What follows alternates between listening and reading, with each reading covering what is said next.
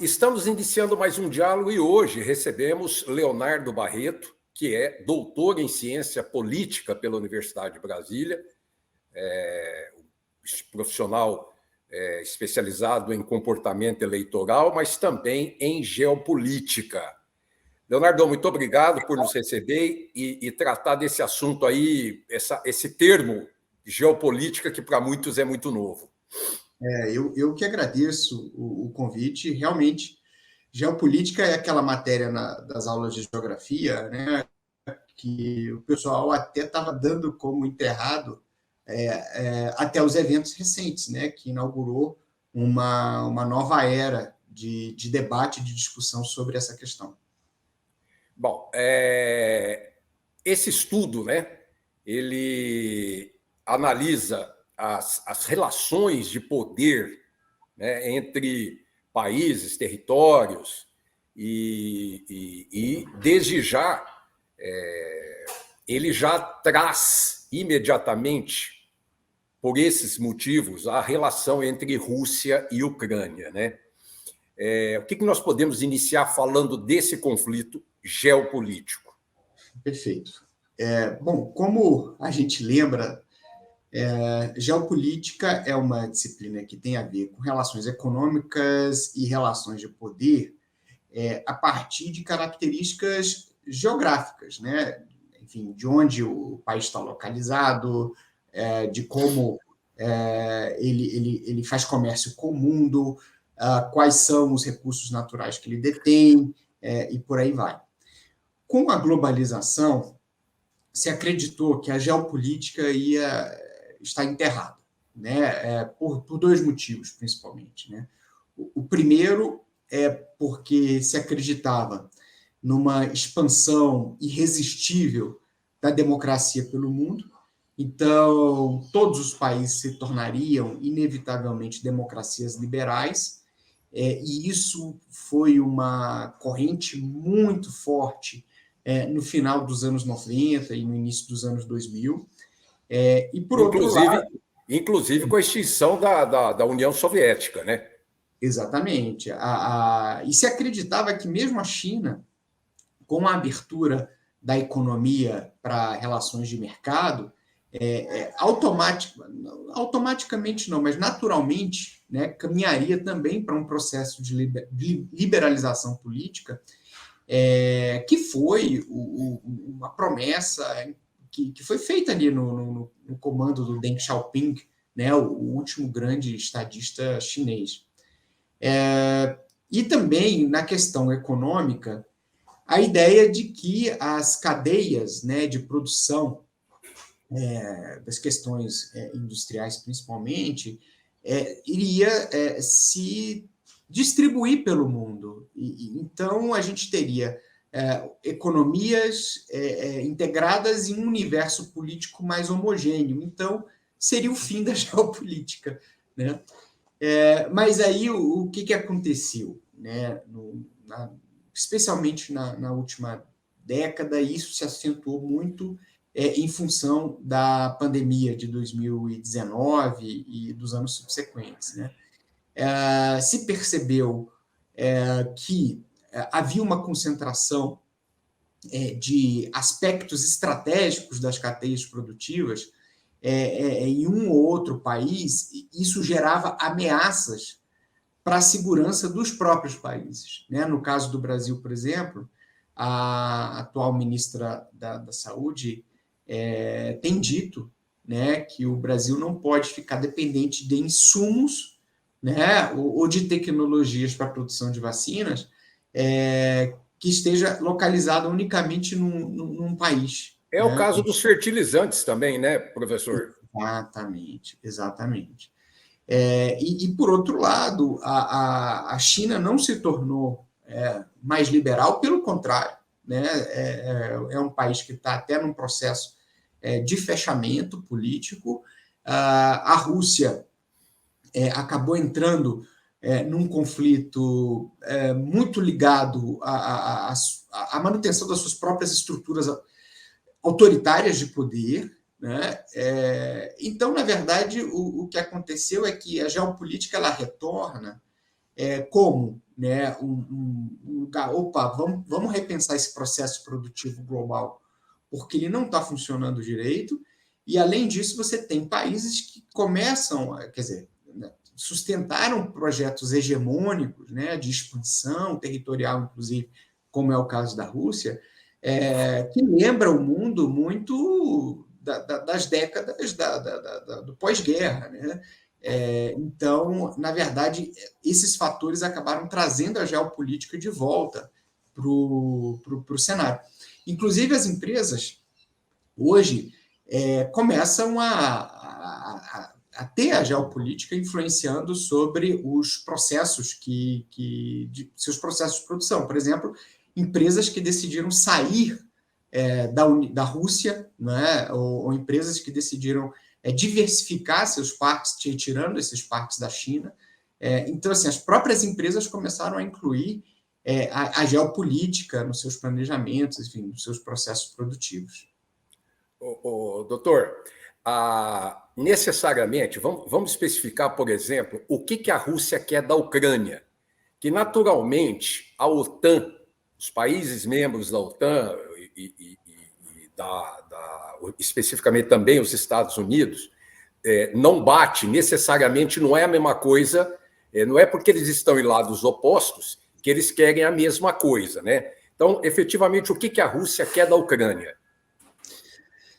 Olha, essa é uma questão muito polêmica e no qual os interesses objetivos eles não estão evidenciados, né, colocados sobre a mesa. Primeiro, a Rússia entendeu o avanço da OTAN como uma ameaça, né?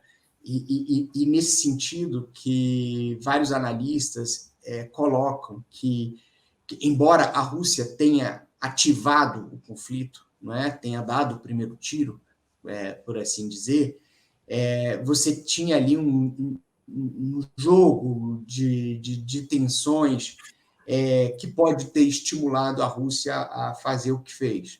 E basicamente a expansão desse sistema de defesa que é capitaneado pelos Estados Unidos para fronteiras que são muito próximas, né, da Rússia. Seria o equivalente, vamos imaginar, acho que o pessoal mais novo não se lembra, mas tem um ótimo filme sobre isso, chamado Os 13 Dias que Abalaram o Mundo, que seria o equivalente à tentativa de instalação, por exemplo, de mísseis de ataque russos em Cuba, por exemplo, né? E isso levou os Estados Unidos a não aceitarem essa circunstância, a criarem, à época, um bloqueio naval para que os soviéticos, na época, não pudessem desembarcar ou instalar sistemas de defesa e sistemas de ataque na ilha. Então, você tem um componente que é uma expansão desses sistemas de defesa, mas que também podem ser de ataque, ao território russo. E aí entra um componente histórico, né?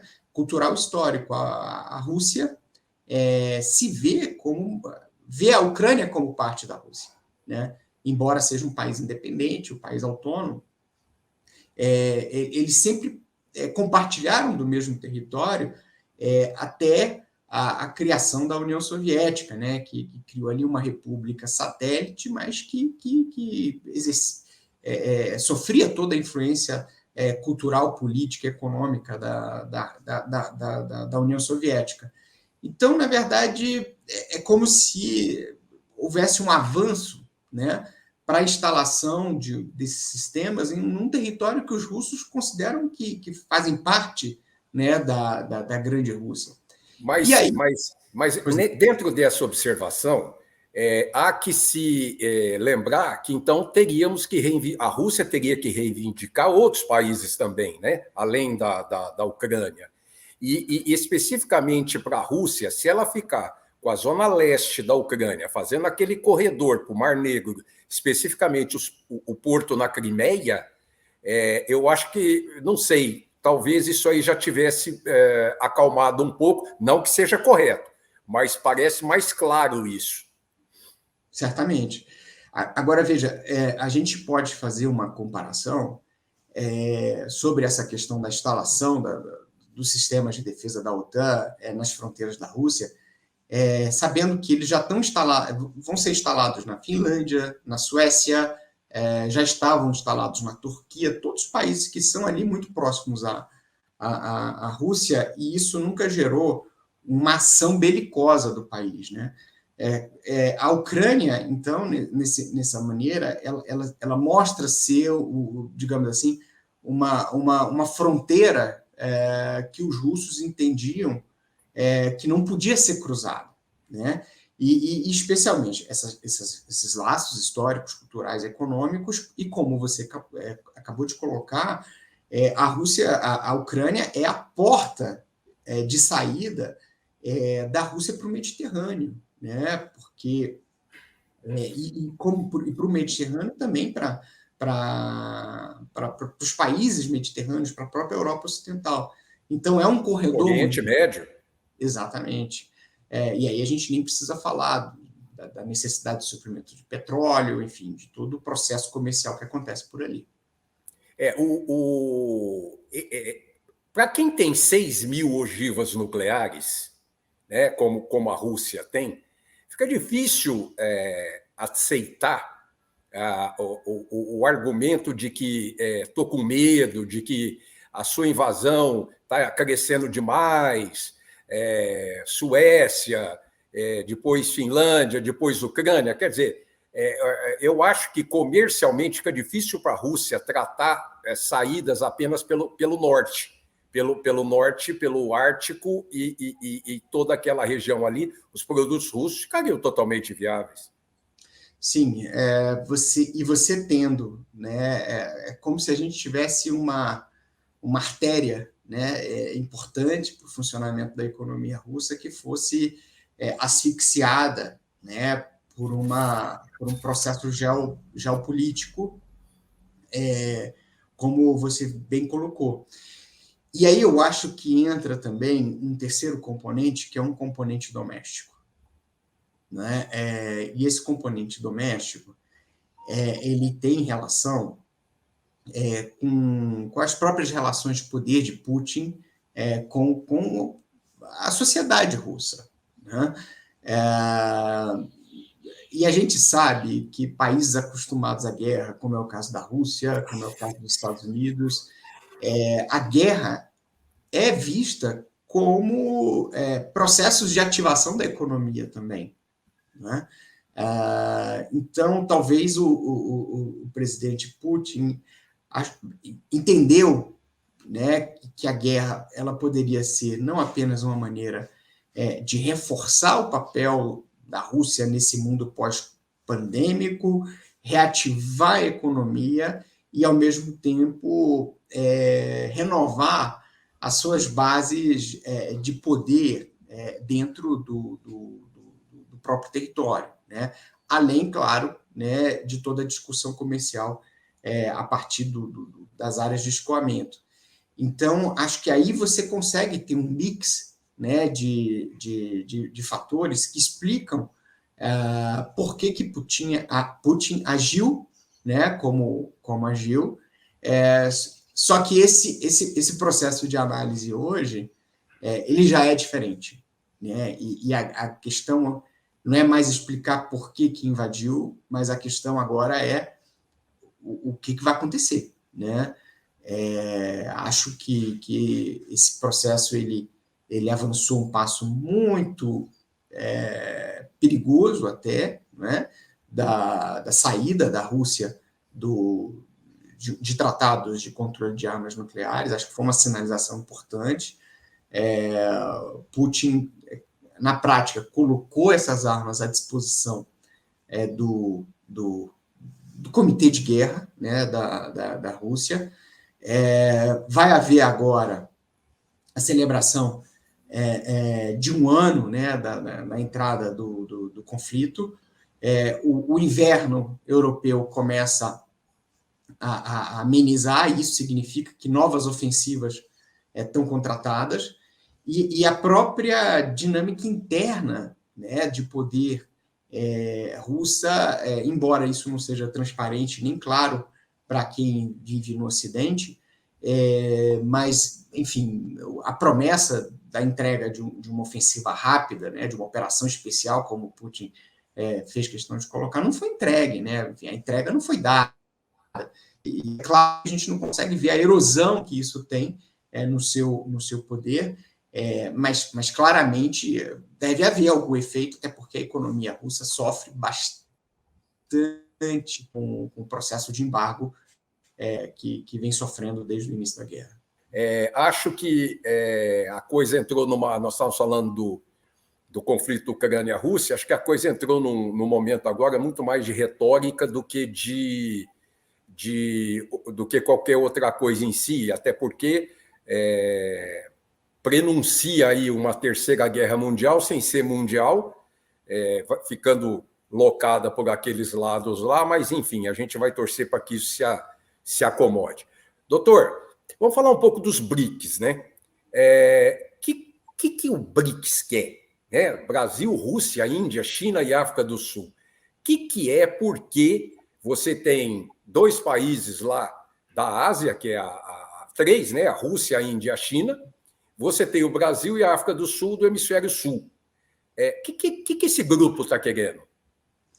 Olha, quando os BRICS foram criados, né, a ideia era criar, era existir, né, um mecanismo de fomento, ou seja, um banco de investimentos, especialmente em infraestrutura, voltado para sustentar esses países emergentes que formam esse bloco, tá? Agora, qual foi o problema dos BRICS? O problema dos BRICS foi a assimetria entre eles, né? Enquanto que China e Índia permaneceram em processos de crescimento econômico, Brasil, África do Sul e Rússia, por razões diferentes, entraram em crise. Então, mesmo aportes, né, prometidos, né, por Brasil, por África do Sul, enfim, por Rússia, para o funcionamento dos BRICS, acabou ficando comprometido. E isso fez, por exemplo, que a China tocasse o seu próprio projeto, né? Acho que todo mundo já ouviu falar da nova Rota da Seda e até da polêmica envolvendo a diplomacia do endividamento, onde a China financia infraestrutura em diversos países, né? Em troca, claro, né, da penetração dos seus produtos, né? Mas também, caso esses países não paguem esses investimentos, a própria China passa a controlar essa infraestrutura que ela construiu. E a própria Índia, a Índia ela tem uma situação um pouco diferente, porque ela está ali, né, entre a China, que tem um projeto hegemônico, e os Estados Unidos, que é o principal, a Índia é o principal aliado dos Estados Unidos ali naquela região. Então ela fica dentro desse processo um tanto dividido, né? O próprio Brasil perdeu interesse pelos BRICS, né, no momento em que teve uma alternância de governos da esquerda para centro-direita, depois para a direita. Então, assim, foi uma espécie de um clube, né, criado para financiar uma infraestrutura para sustentar a projeção desses países emergentes, né, mas que, no meio do caminho, acabou perdendo força em função da grande assimetria entre os sócios, né, fazendo principalmente que China e Índia continuassem trilhando caminhos próprios, né, caminhos separados, e os outros 3 sócios, né, Brasil, África do Sul e Rússia, em função das crises que viveram, né, acabaram não se valendo, enfim, não cumprindo seus aportes e se beneficiando pouco, né, desse banco que hoje está congelado. Bom, tá difícil falar que faliu, né? Um banco estatal, ele não fale, né? Mas tá aí o próprio Brasil, né? Por exemplo, nessa discussão sobre o investimento Mercosul. no Mercosul, investimento naquele campo de gás da Argentina, né? Poderia ter colocado o BRICS, né? E não o BNDES. Então, para a gente ver o quanto esse BRICS está paralisado, né? Aliás, duas questões que mostram como o BRICS está paralisado. Né? Primeiro, o país prefere usar o BNDES, né? E segundo, a presidência do BRICS vai ser feita pela Dilma. Né? Então, também é um sinal de que o BRICS não tem tanta importância nesse momento. Bom, nós falamos da Argentina, falar um pouquinho do Mercosul. Mercosul também, a pandemia serviu para, não vou dizer enterrar o Mercosul, né? Mas dizer, olha, isso aqui não está servindo para absolutamente nada, a não ser algumas exceções de impostos daqui para ali ou de lá para cá.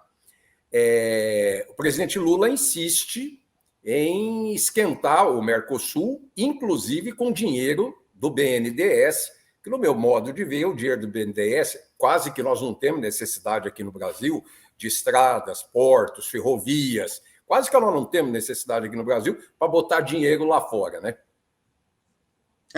Eu acho que tem três coisas aí que são importantes considerar. A primeira é uma lição que um antigo professor que eu tinha na universidade, ele sempre dava, né? Ele dizia assim, em matéria de geopolítica, a riqueza une e a pobreza desune. Né? O que significa isso? Que países em crise dificilmente se integram. Né? Então, a Argentina em crise, o Brasil permaneceu durante crise, aliás, viveu uma crise desde 2015, 2016, que o país não cresce. Então você tem um problema aí. Né? E esse problema levou a uma segunda questão, que é uma assimetria institucional. Né? Hoje, o Uruguai, por exemplo, tem um padrão político, um padrão de governança mais avançado do que os seus sócios. Não é? E quer hoje uma maior independência, né? Uma maior capacidade de firmar seus acordos com outros países. O próprio Brasil, na gestão do ex-presidente Bolsonaro, também queria essa liberdade, né, para fazer acordos bilaterais com outros países, porque hoje o Mercosul é uma espécie de uma âncora, né, impedindo que se faça acordos comerciais livremente, porque tudo tem que ser negociado entre quatro sócios, e esses quatro sócios hoje têm momentos muito diferentes. Né?